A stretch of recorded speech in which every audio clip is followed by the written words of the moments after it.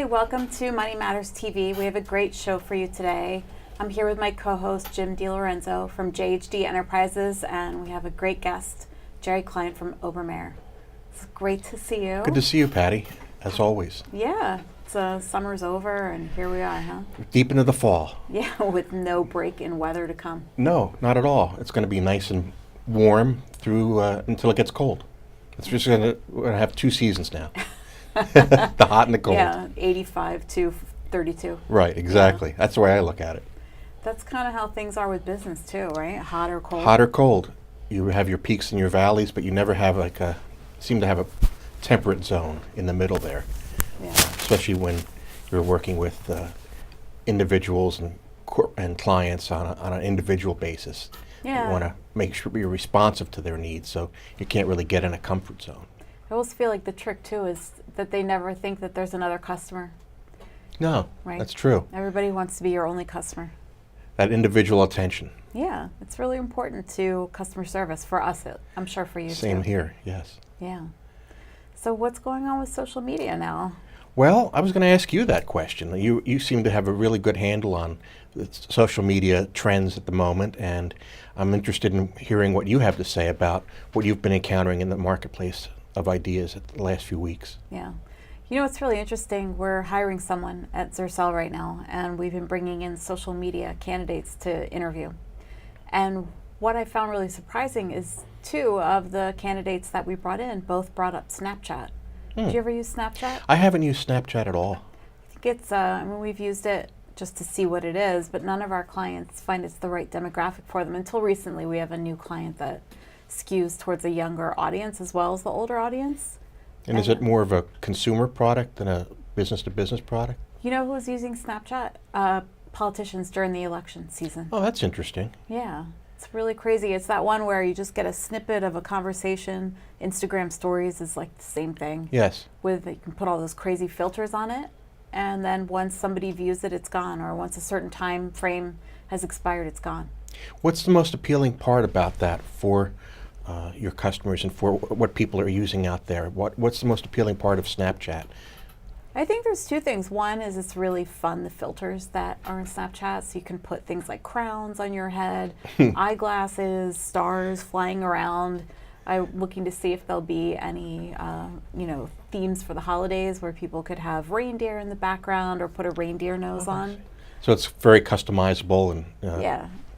user-friendly. It gives you a personality. It's kind of silly.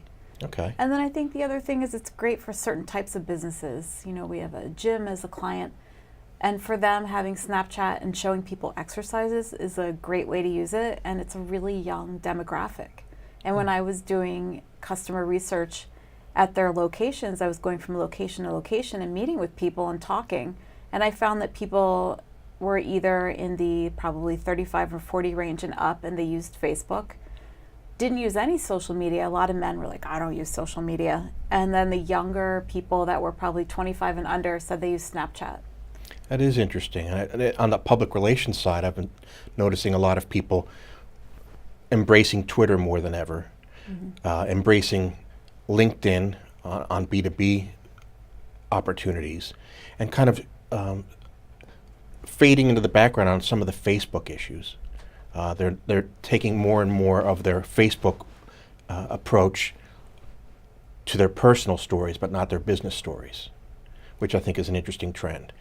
Can you give us an example? What do you mean by personal stories versus business stories? It's more of an individual within a company saying how I used this product and this was great, or here's my friend who used this skincare product. Like customer testimonials? Yes. Okay. So the more of those personal stories are on Facebook than before for a corporate development type of thing. What about product releases or announcements about upcoming events?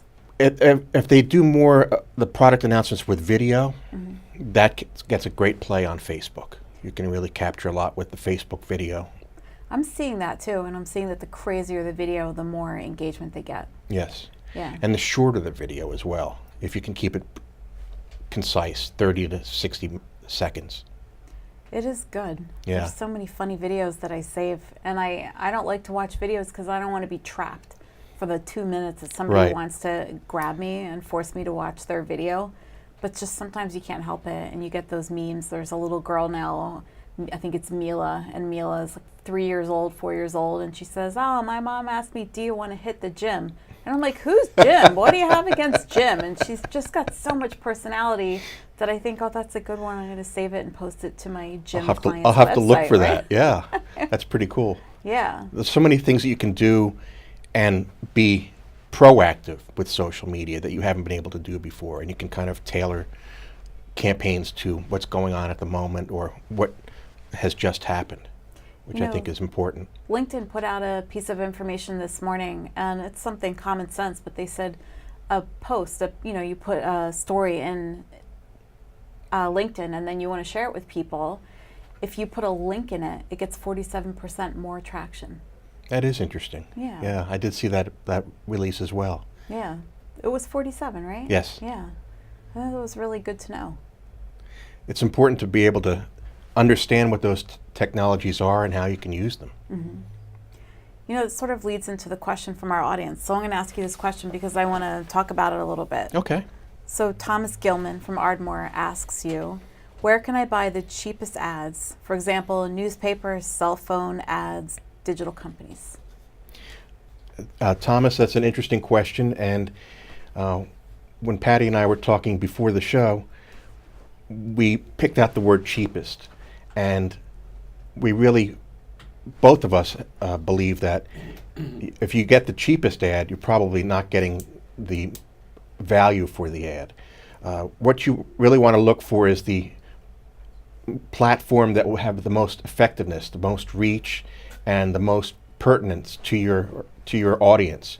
What is your business? What are you trying to advertise? Who are you trying to reach? So it's important to know all those things before you even start to think about where you're going to buy the ad. And then the next step in that research process is to find the people who can put that ad together for you in a cost-effective manner. Not a cheap manner, but a cost-effective manner, so that you're delivering, they're delivering results for you, and your return on investment is considerable, instead of spending the cheapest amount of money and finding the lowest common denominator resource, such as a newspaper print ad. The way I look at newspaper print ads, and I think you feel this way too now, 5, 6, even 7 years ago, yes, your first option might have been a newspaper ad. But look around you as you're walking the streets or as you're driving in a car. Is anybody reading a newspaper at the traffic light? Is anybody reading the newspaper on the subway? Is anybody reading the newspaper at the deli? Now everybody's got their smartphones out and is reading everything on their smartphone, reading everything on their laptop or their iPad or their tablet. So even the newspapers, I have a subscription to the Inquirer and the Daily News in Philadelphia, but my subscription is digital. So I read a replica copy of the Daily News and the Inquirer on my tablet. I'm not actually physically buying the newspaper, and I always felt that I would always buy a physical newspaper, and I preached that for years, but now I see that it's not effective. It's not an effective medium anymore because it's ephemeral. It goes away. With an online ad or a banner ad or even a social media buy on Facebook or on LinkedIn, you have something of permanence, and you also have something that you can measure the effectiveness of, and you can react to your metrics on the fly. You can change it up if you want to change the message for a holiday season. You can do that more effectively online than you could ever do in a print ad or a TV ad. What we do a lot with our clients is we test. So we make our recommendation where we think they should spend their money. They might not agree, or they might want to see what it'll do on the other platforms. So we will put the budget across multiple platforms, let it run for a few days, and then pause everything, pull the metrics, and review it with the client, and then make a decision, and then let the campaign run for the duration, whether it's a few weeks or a few months. Yeah, really test your message, test your idea, bounce it off friends, bounce it off professional colleagues, and say, this is what I have in mind. See how effective it is, the message that you've developed, and then invest in putting it online, putting it in, maybe even having a video shot, a 30-second video that you shoot with your phone. That could be very effective, and it's cost effective. It's not cheap, but it's cost effective, and you'll be able to deliver results and see how those results work for you. And you can always change it on the fly. You can always react to it. That's great advice. Thank you. You're welcome. Thank you. Great. I'm sure that you have questions that you'd like to send into Money Matters TV, and here's how you do it. You can have your questions answered on Money Matters. Please go to our website, money-matterstv.com. On our homepage, click on the banner on the right that says Send Us Your Questions. While you're on our website, you can find information about our host and guests, as well as show notes and links about this show and past shows. Money Matters is also available as a podcast on iTunes and Stitcher, so you can listen to Money Matters while you're on the go. That website address, again, is money, M-O-N-E-Y, -matters, M-A-T-T-E-R-S, TV.com. To see my old friend, Jerry Kline from Obermayer. It's good to see you, Jerry. Good to see you as well, Patty. Yeah, and I know you've been with Obermayer for, what, you just said 20 years? 21 years, actually. 21 years. How did you get involved in Obermayer? I had been a partner in 2 other law firms previous to that, and I sort of evolved to Obermayer in a whole variety of ways. I was recruited and asked to blend my practice into the firms as being a great match, which it turned out to be. What did you specialize in when they lured you away? Well, I started out my career, after law school, I went to participate in a program that was just started and organized by the U.S. Army Corps of Engineers. And essentially the program entailed getting a Master of Laws degree in land development and natural resources, and working as an attorney with the General Counsel of the Corps of Engineers. There were 5 of us chosen from all over the country to participate. We were also the liaison between the Corps and the Public Works committees of the House and the Senate in Washington. So I had a chance to spend a couple, 2.5 years in Washington. And that was really the start of my career and the beginning of what became a specialized practice of real estate and real estate finance. And what is the difference for you between just pure and simple real estate and real estate finance? How do you distinguish what practice areas those are? Well, I look at real estate principally as representing developers and folks who are in the process of either renting, building, owning, syndicating real estate in a whole variety of formats on the one hand, and representing financial institutions, banks, mortgage banks, other financial institutions in mortgage finance, real estate finance, on the other. Okay. And have you focused on one particular area over and above all that in the last few years? No, my practice has coincidentally remained very consistent over all of these years. Haven't really deviated much from that. I basically took an undergraduate degree in finance and combined that or fused it with these degrees in law and land development to create a practice that has withstood the test of time. Jerry, are you saying you represent the developer and the bank? Yes. And is it Not gives you in special the same insight, not the same transaction. deal? Does it give you extra insight when you're representing opposite sides? It's never really been a problem whatsoever. It's actually been a real help to understand and appreciate the dynamics and the elements on one side or the other, and you have a greater appreciation for how best to represent a client in either of those situations. Does that mean the deals close faster when you're on board? Well, I'd like to think so, Yeah. or at least more successful anyway. What is the most unusual building or land deal you've done that you're allowed to talk about? Well, the most exciting was early in my career, where I specialized mostly in what they call new town development. Things like Reston, Columbia, Maryland, and that evolved into New Franconia in Virginia and New Duval in Florida, and other new towns where you basically can take a very large tract of or piece of land and create a new town essentially from scratch, building the infrastructure and creating all of the dynamics and forces for basically a new community. I had a friend that lived in Reston, Virginia. I used to go down there and visit her. It was an exciting, very rewarding opportunity to be able to do that.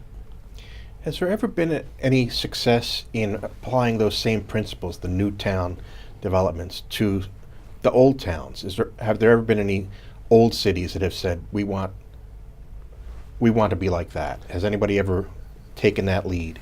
I think you're actually seeing that a great deal today. Take a local environment that we're familiar with, say Ardmore, where they're using transit as the focal point for mixed-use development and multifamily development, single-family condominium development. They're taking new town concepts and applying them in a suburban setting. So you're going to start seeing that, and you have been seeing it throughout the country. That is interesting. Yeah, especially Ardmore, you think about how that community has evolved especially over the last 10 years. And I had not realized that they were using those types of principles to rebuild. I think that there are so many instances today where you use the principles of new town development, which basically involve transportation, giving people the opportunity to be able to get to their jobs easily without having, or if they make the decision not to live in the central business district or what we call center city, but they want a suburban environment. Transportation really is the essence of being able to make that work. Around that, of course, is the various housing and shopping needs, whether they be supermarkets or whether they be convenience stores or a whole variety of potential uses. What do you think of the whole thing with Amazon getting cities to put in their bids for who should have them if they come to Philadelphia, which of course Philadelphia hopes they do, and maybe by the time this airs, they'll be here. But they have to connect University City, which is already connected, or if they go someplace else, how do they connect that? Amazon is really the 800-pound gorilla everywhere now. Yeah. They've got 40% of the market in terms of internet sales. It's shocking how big and strong and overwhelming they have become. And they could write essentially their own ticket to develop whatever they wish, wherever they wish. And they have no shortage of suitors. There's cities that are lining up one by one who would give anything, really, or almost anything, for Amazon to locate one of their headquarters. So they're writing the music now. Do you think that's a good thing, or is that a bad thing? Well, I think for now it's a good thing. Potentially it might not be.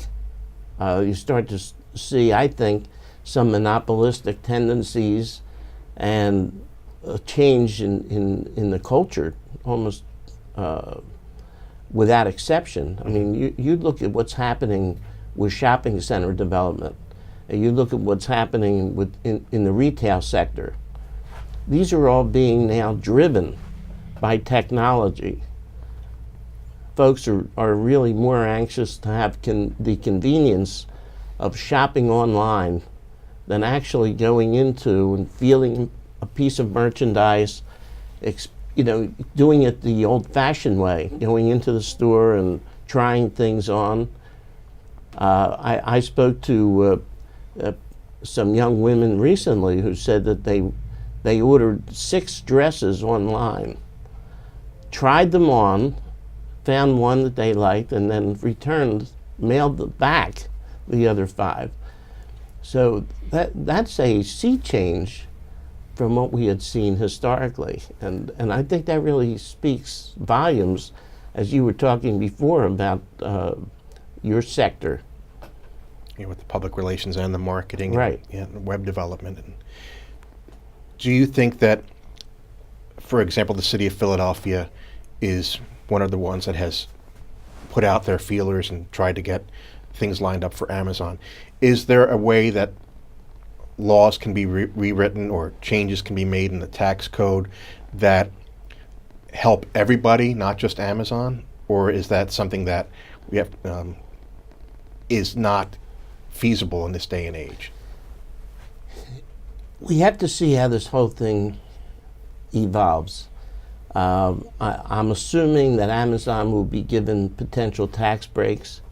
I'm assuming that they'll be given certain tax incentives. I'm sure that there will be some huge benefit to enticing them to locate in a particular place.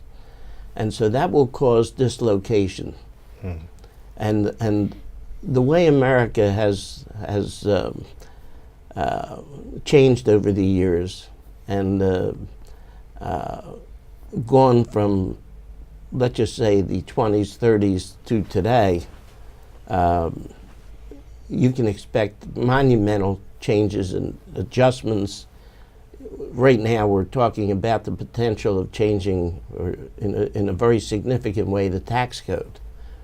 That's going to have an overwhelming impact on a lot of the things that we're discussing here today.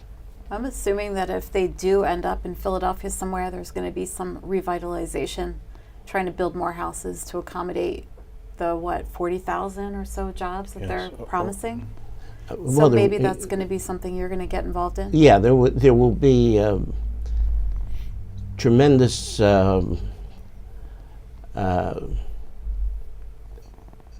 sort of not only benefits, but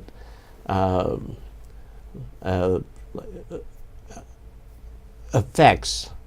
For example, in the Amazon situation, they will cause the need or the demand for tremendous increases in housing in shopping center. When I say shopping center, I mean a new shopping center with supermarket anchors, as opposed to the big box retailers of the past. You will see transportation changes. For example, in Philadelphia, if they were to locate, let's just say, at the Naval Yard, there would have to be an extension of train service out there. That's a major improvement. If they were to locate, for example, in University City, that fusion between University City and Center City across the Schuylkill or alongside the Schuylkill will be accelerated. There are endless possibilities. So maybe what should happen next is we should all buy homes in the Naval Yard, in Center City, in University City, and then just sit on them. I have a property at 22nd and Arch we can talk about. Yeah, I think. Right on the edge of. Can I sell? That's a perfect example. I mean, and what that's going to do in terms of property values, in terms of the increase of the tax base. There are endless possibilities to all of this. The dividends that it will pay will be enormous. Do you think people should be investing in real estate now? I never If thought Amazon came, I you never certainly can't predict it. I never thought it was a bad time to invest in real estate. We've gone through a very difficult time in the 2007-2008 period, but we've essentially recovered from that. But there are so many changes occurring all over the country, and now we have natural disasters to contend with, which are having an enormous impact all over the country. So I Between know. the hurricanes and Yeah. and the fire and Right. So we don't have a lot of time left, and this is a big question, but do you think that people are going to go in and redevelop those communities? Oh, absolutely. Aside from just rebuilding with insurance money, my house burned down, I'm going to rebuild it. I think it's an opportunity to do that. And here is another response to the question you asked earlier, whether new town development can take place in today's environment. I would expect that we'll see that in those communities, although a lot of them were trailer park developments, and there were some industrial development that was destroyed. So it's hard to tell if they would create new towns in those areas. right. You'd have to do it on a case-by-case basis, but there's certainly that possibility. It's an interesting challenge for people to take advantage of. Right. And the vineyards won't come back. I mean, they can try, but it's going to take a long time to grow grapes in soil that's been burned. Unless you like your I don't red have the wine. expertise to comment on that, but that's a tragedy. Yeah, especially since that was such a great part of America, Yeah. the Wine Valley. Who doesn't like to go to Napa Valley and go wine tasting if you can? Right. Yeah. So is there any last tidbits you want to share? No, other than stay with real estate. This is a time still with very low interest rates. This is a time, I think, of tremendous opportunity still. I think we can anticipate over the next few years interest rates will start to bump up again, even without a great inflationary push. I still think there's that distinct possibility. So take advantage of it while you can. Thank you, and thank you, Jim, for being here today. Thank you, Patty. Thank you, Jerry. Thank you. Yeah, so next week we have a great show. It's going to be with Dalia El Sharif from Dalen Digital LLC. We look forward to seeing you then. Thank you.